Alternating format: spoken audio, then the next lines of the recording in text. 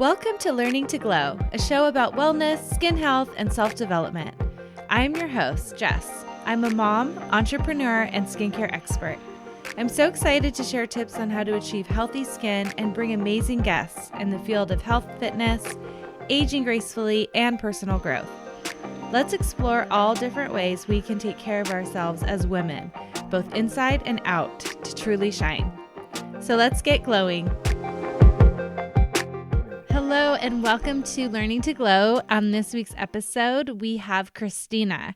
She shares her story of getting sick with breast implant illness and her journey to heal. Kristina became really sick with multiple chronic illnesses and autoimmune disease and had to try a more holistic medicine approach. And she shares how she had to take her health into her own hands. This is such a powerful story, and Kristina has been through so much with her health. She now helps people in her holistic esthetician practice, and she shares her story, which is truly helpful to so many people. This is a great reminder of how we need to be our own advocate and do our own research. So this goes for any treatment that we want to do or anything that is a surgery that will be implanting something like a breast implant. And I will definitely link a few resources in the show notes. If you or someone that you love has breast implants, or if you're thinking about getting the surgery and having breast implants, I'll definitely link a few things, because one of the things we talk about in this episode is how we have to be our own advocate and we have to do our research, because sometimes it's not available. A lot of people in this community are not going to offer you the possible side effects sometimes. So it's kind of up to us now to do our own research and take matters into our own hands before making these big decisions. I hope you enjoy this one. I'm really thankful that Kristina could come on and share this very personal story of a very difficult time in her life and how she navigated through it. It's truly inspiring, and I'm so grateful. So here is Kristina, and I hope you enjoy this episode. Today we have Kristina. Thank you so much for being here today. Hello, how are you? I'm doing well. How are you? Good. Wonderful. So we are going to talk about your story today, and we're going to talk about breast implant illness. And before we get started with all that good stuff, just introduce yourself, tell us about you and what you do, and then we'll get right into it. Yeah, so I'm Kristina. I am a holistic esthetician, but my story probably started in 2014 when I got sick, really, really sick with what we now know was Lyme disease. But at the time, no one knew what was wrong. And I went from doctor to doctor to doctor and finally figured it out. And so that was kind of the start of my journey per se, and kind of where I am now. So I got sick in 2014. I went from doctor to doctor to doctor for a year in the regular medicine world. Mm-hmm. I was diagnosed with multiple things, including depression, anxiety. And I think that what's really sad about that, and I want to point to that, is that there's so many women and men, but women especially, that have these symptoms and they go unnoticed for so long and no one can really help them, even though there's research behind breast implants causing these issues.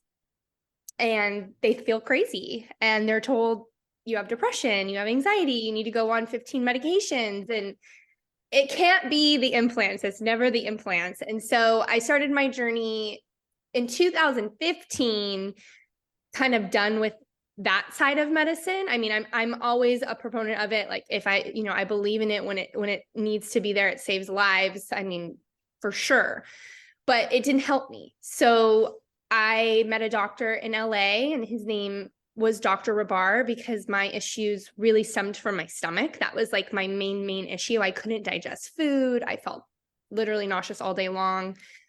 I lost 50 pounds. I was put on a feeding tube for 2 weeks on a special diet and could only really eat food in a smoothie form, which was really sad. And then finally, when my blood work came back from Dr. Rabar, he was the one who said that I had Lyme disease. And so he really kind of saved my life, in the sense that he was really just helpful in the sense to be like, you're not crazy. You don't have an autoimmune disease. You don't have this, you don't have that. And he's like, but I want you to check your breast implants. And he was like, because this is always something that I see. And even if it's not the cause, it's not helping. So from there, I went to Dr. Keneally from Center for New Medicine in Irvine, California. And I remember walking into her office because I was so done. And I walked into her office in tears and gave her, hundreds of thousands of dollars worth of blood work and supplements and things that I had already spent all of my money on. At that time, I was working for Urban Decay Cosmetics as a marketing manager. And I had to quit my job, which I loved so much, but I could not even work. I could not get up in the morning. I could not go to work. And so L'Oreal had acquired them, and they were amazing in the sense that they were like, take your time. We know who you really are, and this is not you. So I was able to take a year off. And so within that time, I had spent pretty much every dollar to my name, maxed out completely got rid of my 401k, just got all of the money that I had saved. And so I wasn't in debt, which was nice. But I mean, I think at that time I had probably spent like $120,000 within 1 year, just trying to feel better. And so when I got to Dr. Keneally's office, I remember telling her, like, if you can't help me, then I'm just kind of done. Like, I'm just going to be like, either I'm going to live or I'm going to die. Right. Because that's just where I was. And I'll never forget, she looks at me and she was like, sometimes like hurdles are brought into our lives to kind of wake us up and bring us to a different place in life. And maybe we didn't think we were going to go there. And maybe we never envisioned our life doing that turn or that corner, but you have to be strong. She's a cancer doctor, so she sees lots of death and lots of life, lots of stage 4 people live in her office. But she's like, it starts in your mind. You have to be strong. Like, you have to want to live and you have to want to get better. So her and Dr. Abar together saved my life. So I started treatment with her in 2015. And the first thing she said was, I'm all for whatever you want to do. Like, no shame in any woman's game. I get it, but you're sick and the breast implants could be killing you. And I remember I had this autoimmune marker that was a very rare autoimmune disease. And I was like, I had never even heard of it. And I was getting married into like that year, which was awful. But whatever. That was a whole another hurdle. That's like a small stressor there. I'm like, I'm married. I'm like real sick and I can't work and all these things. But yes. And I was getting this laser done on my face for my wedding that I was obsessed with. And it was so funny because I wish I remembered her name, but she's this little cute doctor. She was a doctor and she was in the back of this eyeglass place in Irvine. I don't even remember the name of it, but I was getting a really good deal on this laser. So I'm like, I'm going to do it this way. And she knew I was sick. So like every time I would go in, I would kind of tell her like how it was going, but I never told her what, the things were, like what the name of things were. I never told her any of that. And I remember I was getting my laser done and she said, oh yeah, because I told her about my breast implants. Because in the back of my mind, I was like, obviously I did not want to remove them. I put them in for a reason. And I remember her saying, oh my gosh, yes, silicone breast implants, like they cause scleroderma.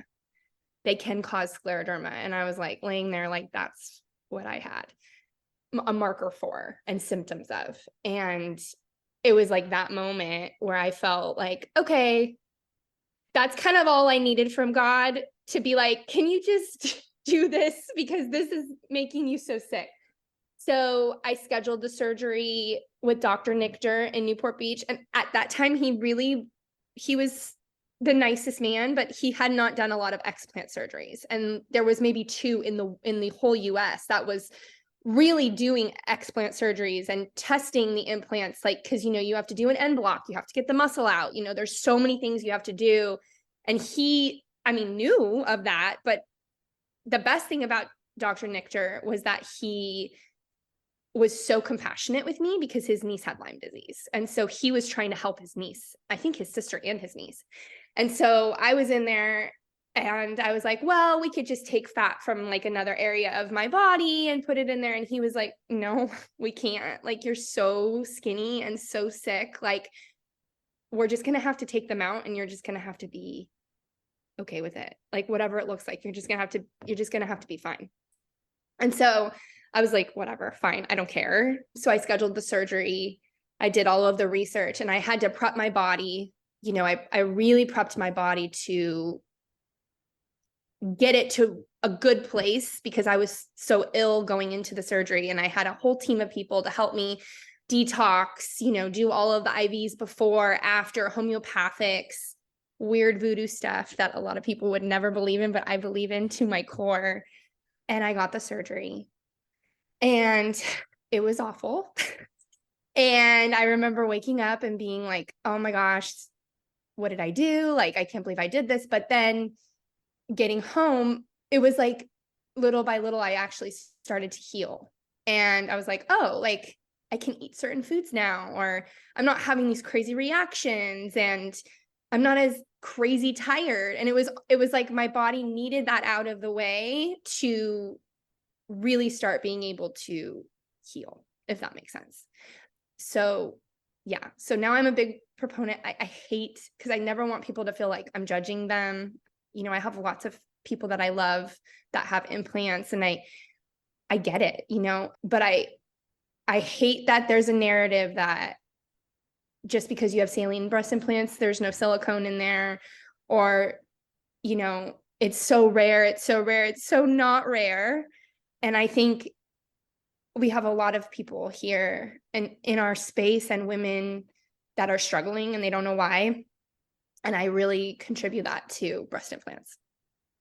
Thank you so much for sharing all that. I know it's so hard and I can feel all the pain in your voice going through what you went through, and also that feeling of being really sick and not knowing what the hell is wrong with you. And then on top of that, you're being told that you have depression, you have anxiety. Well, of course you do, because look at what you're going literally through. overnight. Yeah. And Overnight, I lost what I considered, my life, you know, my pre-sick life, you know. Right. And I think that, and what you just said about, listen, this is not a place to judge. Like, that's not my thing. That's not my podcast, but I am here to spread awareness. And I think this is a topic, thankfully, that we are learning more and more about, but there's a lot of people who don't know about it. And there's a lot of false information because there's a lot of money here. So let's, for people who are like, what are we talking about? Breast implants? Like, what is this? So tell us. Breast implant illness is an illness that probably I would say a lot of people haven't heard of. So can you just tell us, like, what is breast implant illness? Mm-hmm. And obviously we know that presents differently in everyone, but like, give us a little bit of an overview for people who do have no idea what this is.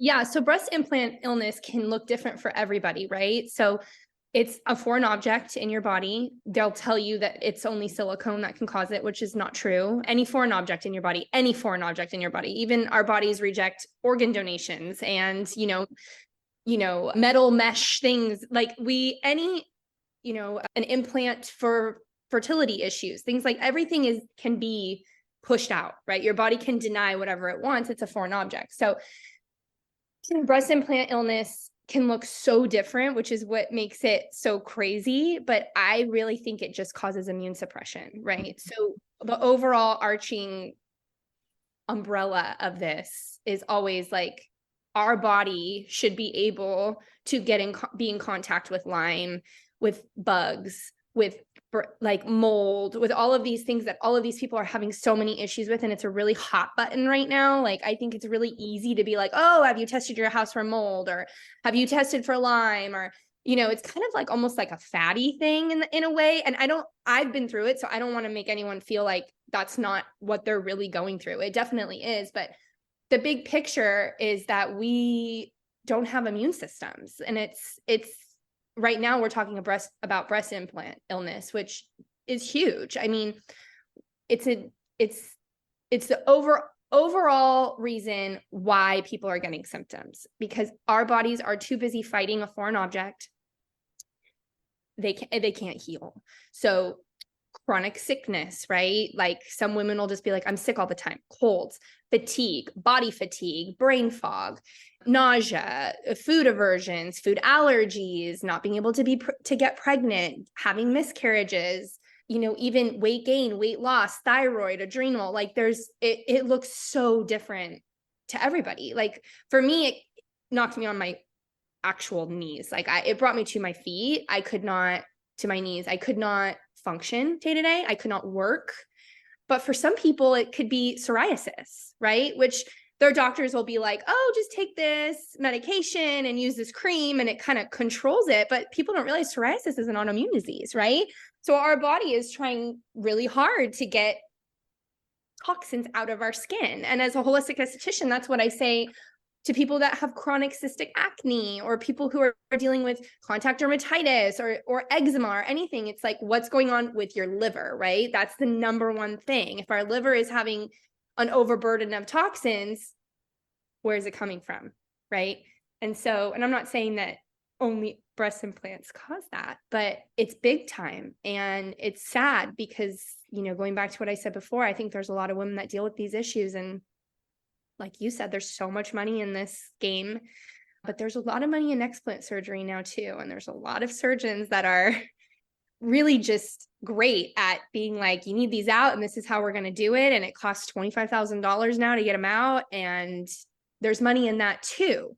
So that says something. If there's actual surgeons that now day to day, all day long, just do explant surgeries, that's a problem. And they have a wait list. So right. they're busy. So, yeah. So say someone is listening and they are like, okay, I've never heard of this, but I have rashes, I have the chronic fatigue, some of the things that you're mentioning. What would be something that you would say? I mean, obviously get them out, but what would be something that you would say, everyone, I feel like there's different types of people out there. And there are some people who are like, excuse me, I have that. I know it in my gut. I'm doing something about it.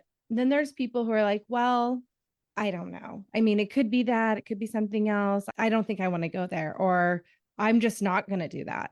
But for people who are like, well, I want to learn more, or what are my next options? What would you recommend them do? So if someone is, first and foremost, I guess if you're not sick enough, you won't do it. Right.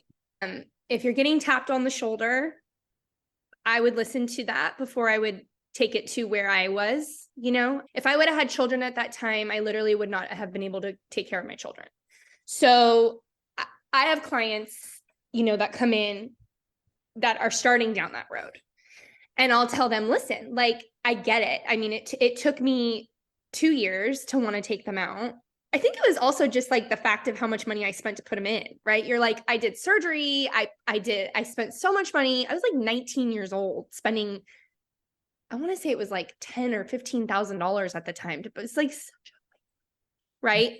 As an adult looking at it now, but I get it. There's women who've had breast cancer, right? And what do?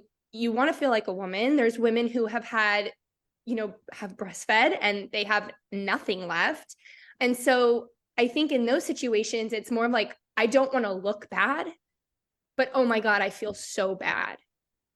Or I really think it's almost like a denial factor. And I don't want to be judgy. I don't want to be in a negative space here, but I think it's really hard. And I was there, like, I think it's really hard to say it's probably my breast implants. And it's not always just your breast implants. Like I said, for me, it wasn't just my breast implants, but that was my tipping point to be able to heal my body.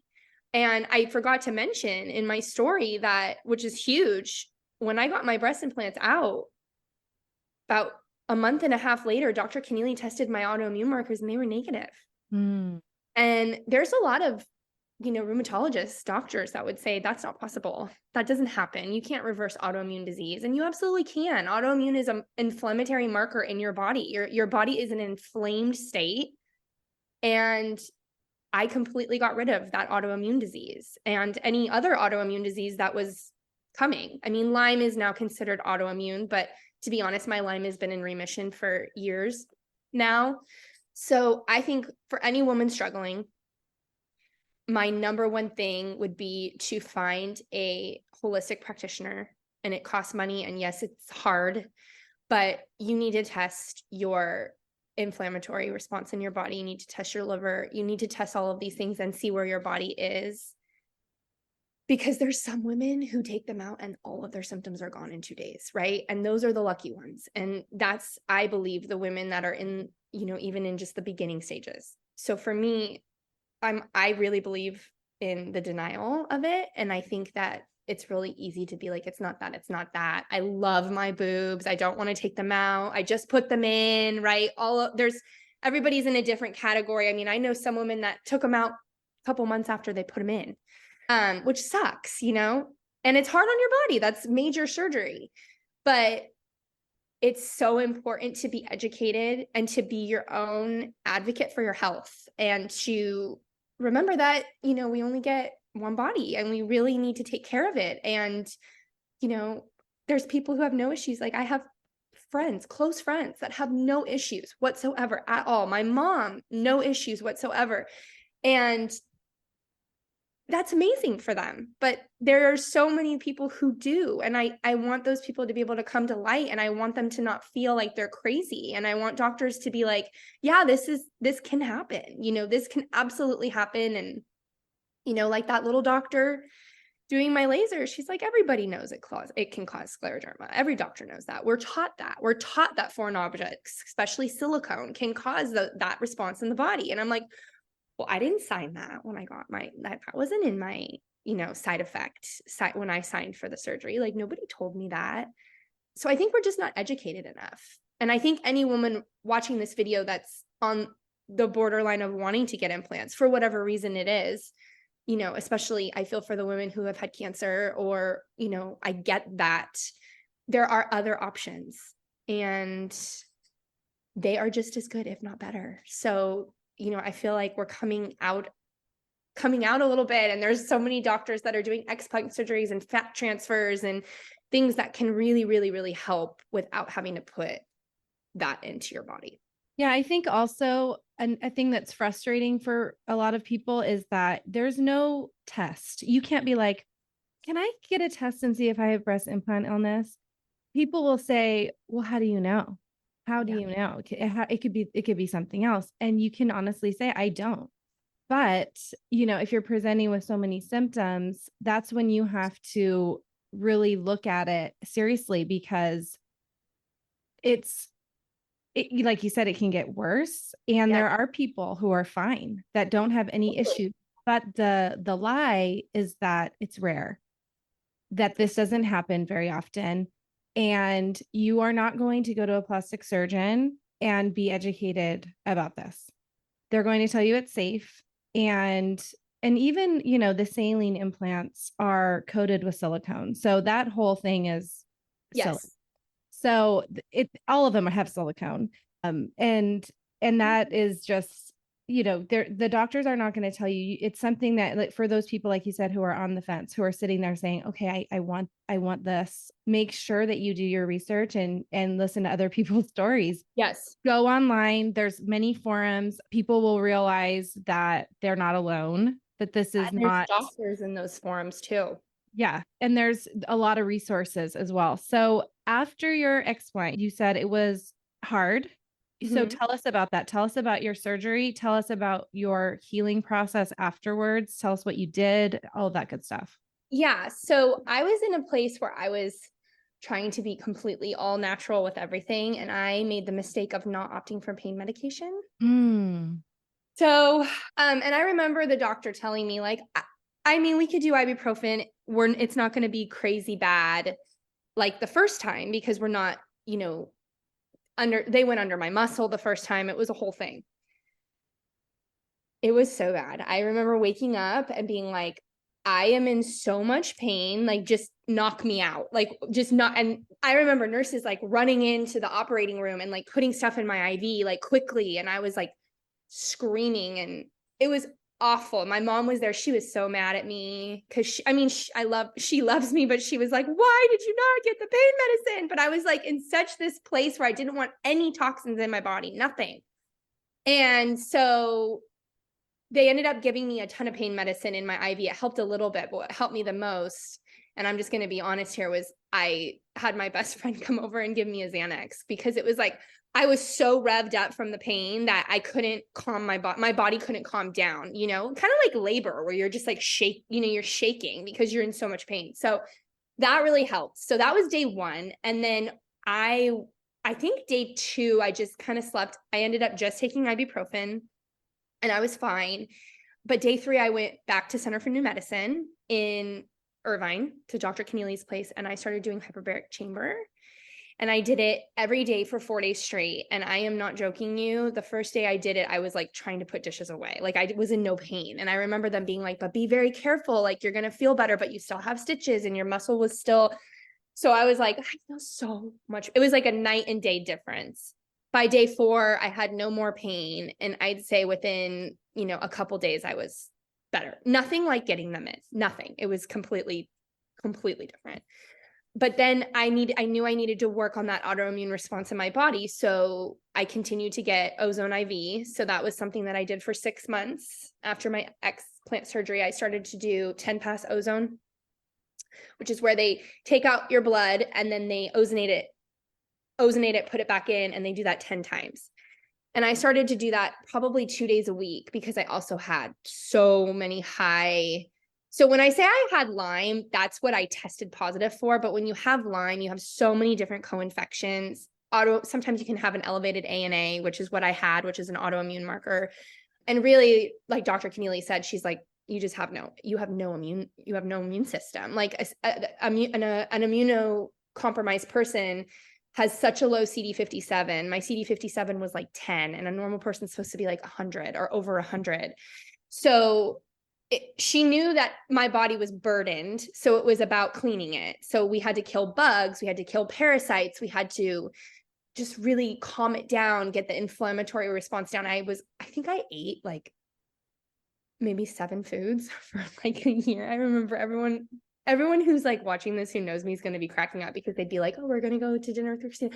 Kristina, where can you go to dinner? Like, where can you eat? And I remember like the first year I would just be like, just come to my house. I'll just cook. Cause I was so afraid to eat, but I was eating food, real food, which is like what we don't do anymore, and even now I'm guilty of it. Like I feel better. So like we have pizza night or whatever, but back then never would I have had pizza night, So I was on a very strict, like paleo autoimmune type diet. And then I did treatment, but the thing that really helped me, which is kind of voodoo magic-ish, but for anyone watching who's kind of already on this road, I did NAET, which is energetic allergy work, I guess you would say. And the founder is from California, and her sons have taken over the practice. I think actually her son and her daughter-in-law. I'm not sure of both sons, but I read on her forum and in her book that there were kids that she healed with autoimmune diseases just by testing their blood against them, like taking their blood out and putting it, like pretty much doing NAET with their blood. And I was like, well, I want to go to her. I was in that place where I was like, money is no object. Anybody, like if I could, someone's like, let's strap a dead rat to your face, it'll heal. I would have done it. So I went in and they ended up having to go through like 20 different things first. So we had to like make sure that my body kind of like get certain things out of the way. So they did like gluten, dairy, corn, allergies that are like common. And then I was like, can we do the blood one now? And he's like, yeah, sure. So we did it. And within a week and a half, I got my blood work taken and everything else was starting to come down. And my CD57 was coming up. And my autoimmune markers were negative. So all I can say is I do think it was probably a combination of everything. If I wouldn't have been doing all of the things, I have no idea if that would have gone negative just from the NAT, but I know it helped. And I really believe in that. So yeah. And so I did that. And do you want me to kind of go to where I am today or just? Yeah, I mean, first I want to say what you said about trying anything. And I think when you're so sick, if you've experienced being so sick and Chronically just ill. desperately wanting to get better. And you have to be willing to try so many different things. And I'm the same way. I'm like very open-minded. I'll try whatever, literally. Yeah. If it sounds woo-woo, I mean, I'm even more in. I think it's fun. Yeah. But it's not like you didn't try the other stuff first, right? It's like you get to a place where you're like, okay, I've tried so many things that are this on this side of the Yeah. spectrum. I'm gonna Totally. have to try everything because something's gonna help, at some point. Yeah. And Um, I also believe, so I'm a Christian, I know not everyone is going to be a Christian on your podcast or whatever. So this isn't a religious podcast or even me speaking religiously, but you know, felt like my entire journey, there were people that I would meet and be like, oh my gosh, I would have never met this person.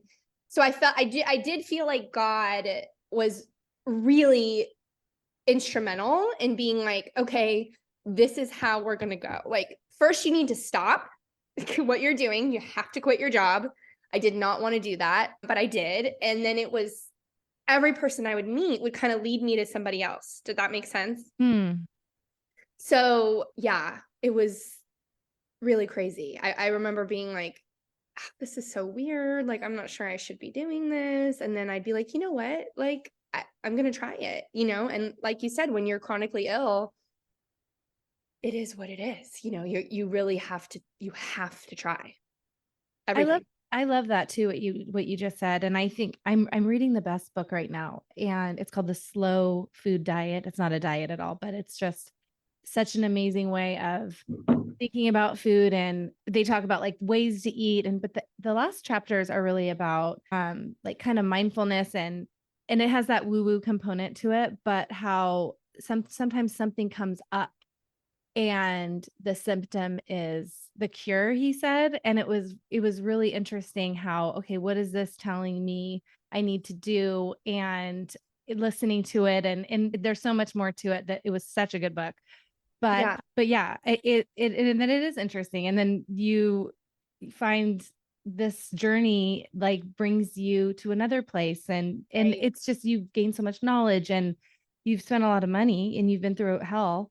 But Mhm. yeah, tell us about today, and how long, first of all, how long did that process take to where you felt like, okay, my symptoms have gone? And tell us a little bit first about like what symptoms did you see kind of get better the quickest? And then how long would you say until you were like, you know what, I'm well?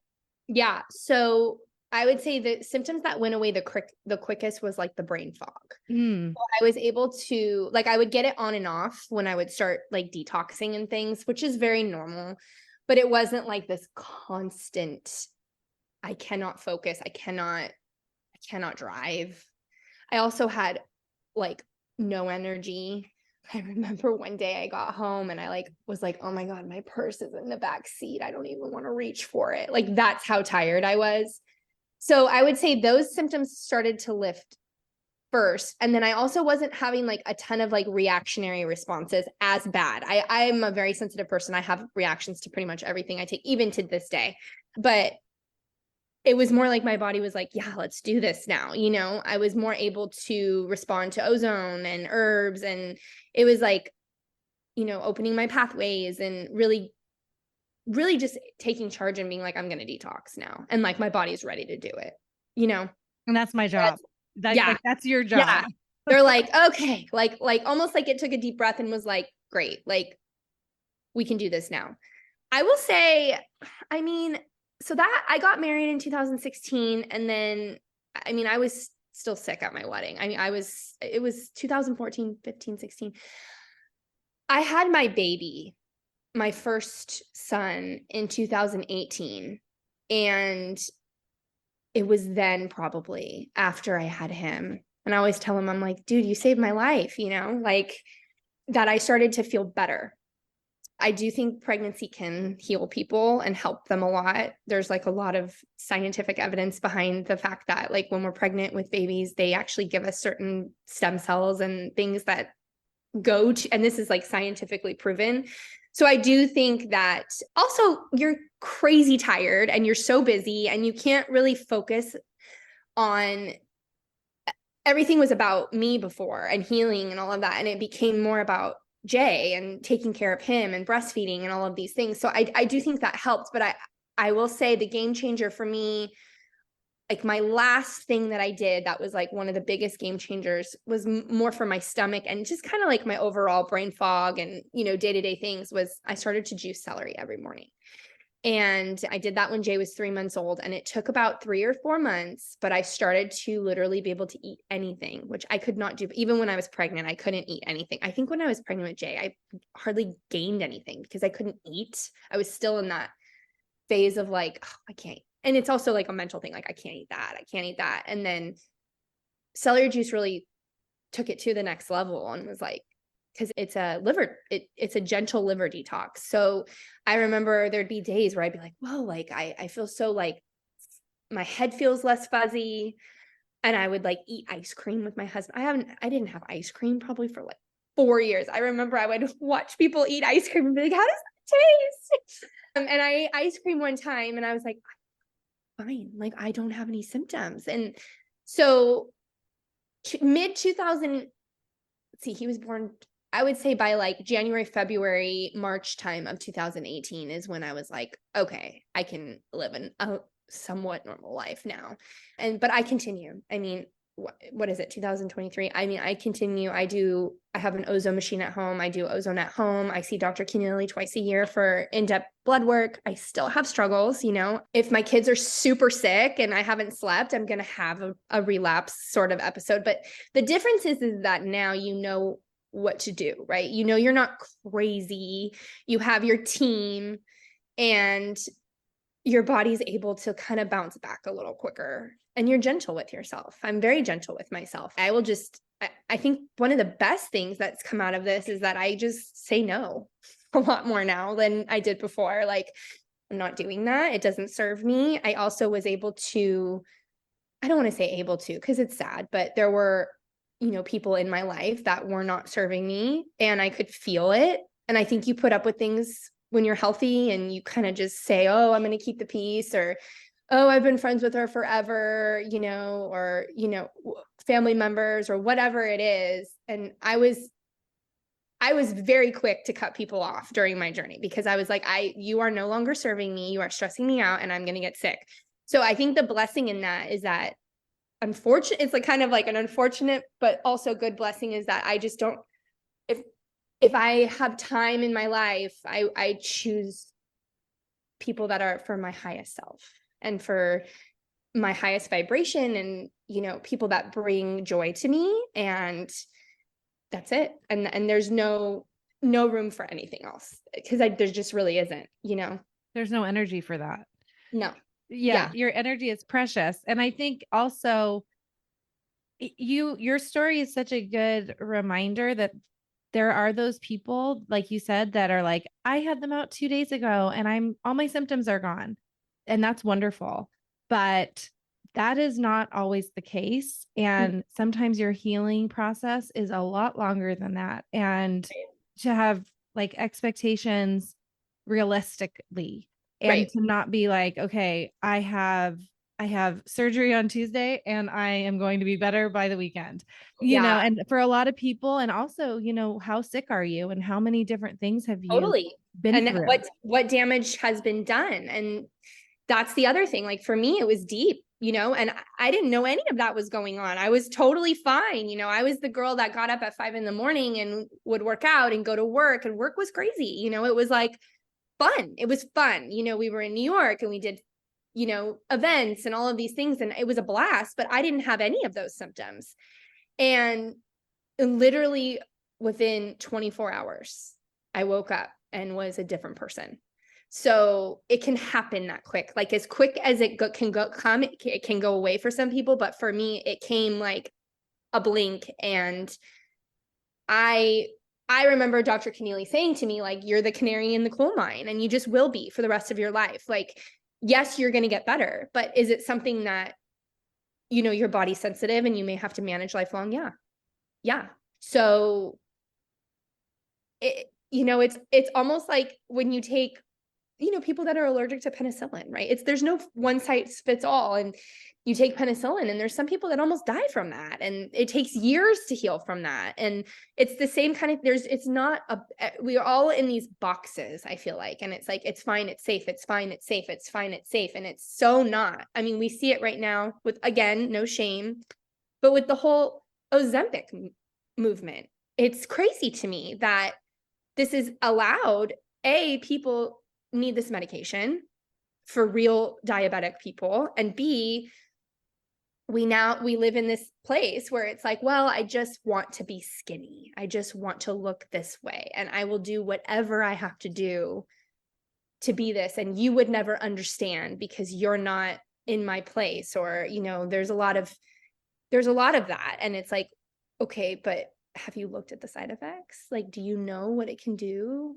And nobody does. And there's so much money behind it to be made, that we see it now, and we see it very much in Hollywood and all over Instagram. All of these people that lose, I want to say, like 80 pounds in like a couple months. And you're like, you did not do that by diet and exercise, and it's fine. Again, no shame, but I'm just like, these dangerous things are just so scary. And I just wish that there was more of a voice. I wish that doctors would be a little bit more open and say the truth and say, listen, no shame. Like, I get it. You want this, you want to look a certain way, and you've done everything to lose weight and you can't, or, you had breast cancer and there's no way you had to get your breast removed. Like, I get all that. I just think, where there is danger, there needs to be, some information.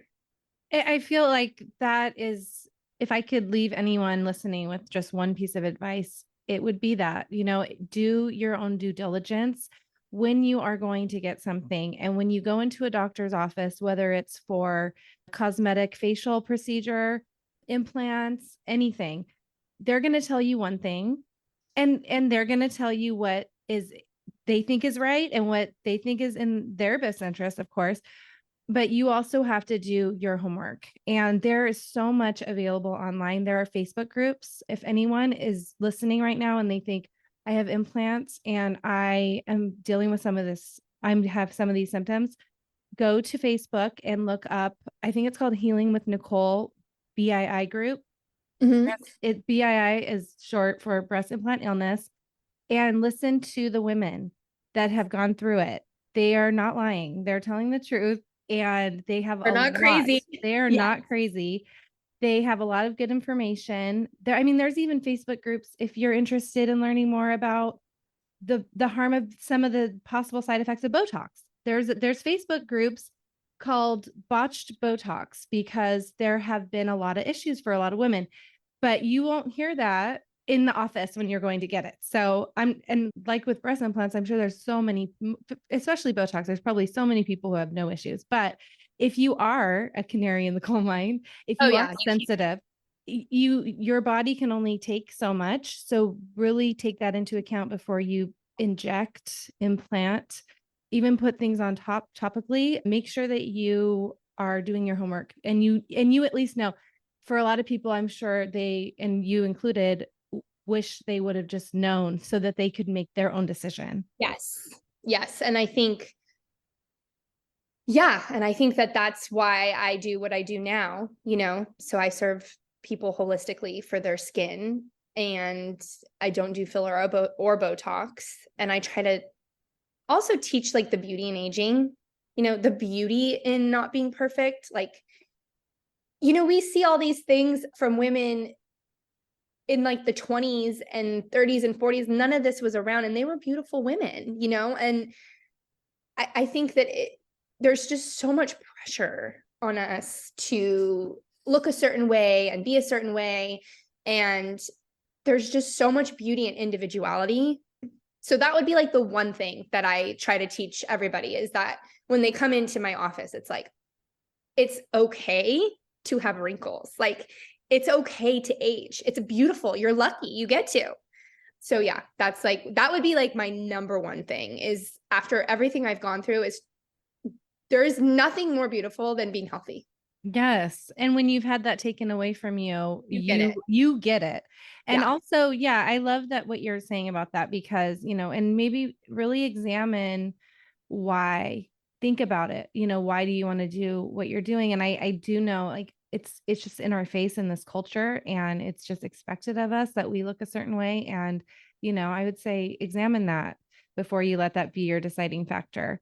Well, it's so neat that you're a holistic esthetician. I'm an esthetician too. So Oh, tell us about your practice, and like if someone's in your area, where they can find you to get yeah. a So I treatment. am in the DFW area, more so in Frisco, so North Texas, and I started a holistic, I guess, one room spa inside of Grounded Wellness, which is amazing. It's a wellness studio in downtown Frisco. And Nicole is the owner and she is the lead chiropractor. But we have chiropractors, amazing. We have an acupuncturist, a nutritionist, a doula, massage therapy. So, and everyone in there is like on the same page with just life, which is so amazing.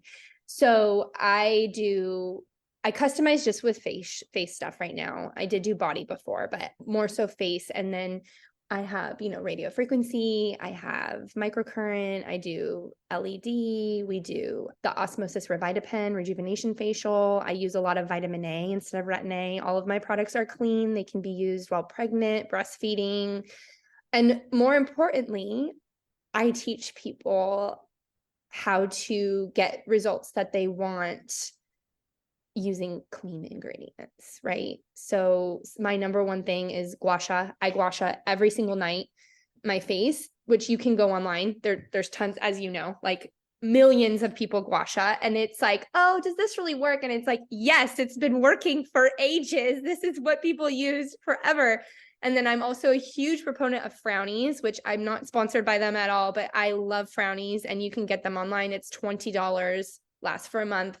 And you just tape your face at night. And that really, really helps, get subtle results of aging gracefully, right? So you're not, overnight getting 11 lines that you're like, I cannot stand this, or I see pictures of myself and I look so old. It's like these things really help to adjust your, epidermal layer and collagen and all of these things to really just kind of age a little bit more graceful, right? We want to create cell turnover and all of that, which that's a whole nother podcast. But yeah, so I would say what the biggest blessing is, because I really didn't understand why I came to Texas, to be honest with you. I'm in Texas now, and I'm from Orange County, where, as you know, and I'm like, I don't know why we're here. Like, I don't really love the weather. I love the people, but it's hard for me. My life is in California, and to this day, everything's in California besides my mom.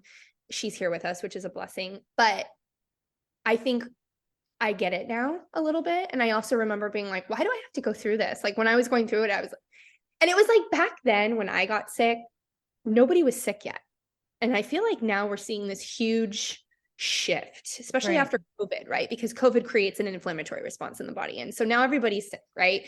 Everybody has POTS or autoimmune or all of these crazy things. And I was like such the Lone Ranger. Like I got sick when that Yolanda lady from the Real Housewives got sick, and it was like, she's a liar. Like, and I was like, I didn't talk about it for years because I was like, I don't want anyone to judge me and think I'm like making this up, And now I'm like, oh, I get it. Like I get people in my door at least once a week, if not more, that are sick, really sick. And they need not just facial help, but they need like help. Like they need someone to talk to. I remember the first couple of years, I didn't have anyone to talk to. And it was like, none of my friends were sick. My boyfriend at the time wasn't sick. My parents had never gone through it. It was so crazy.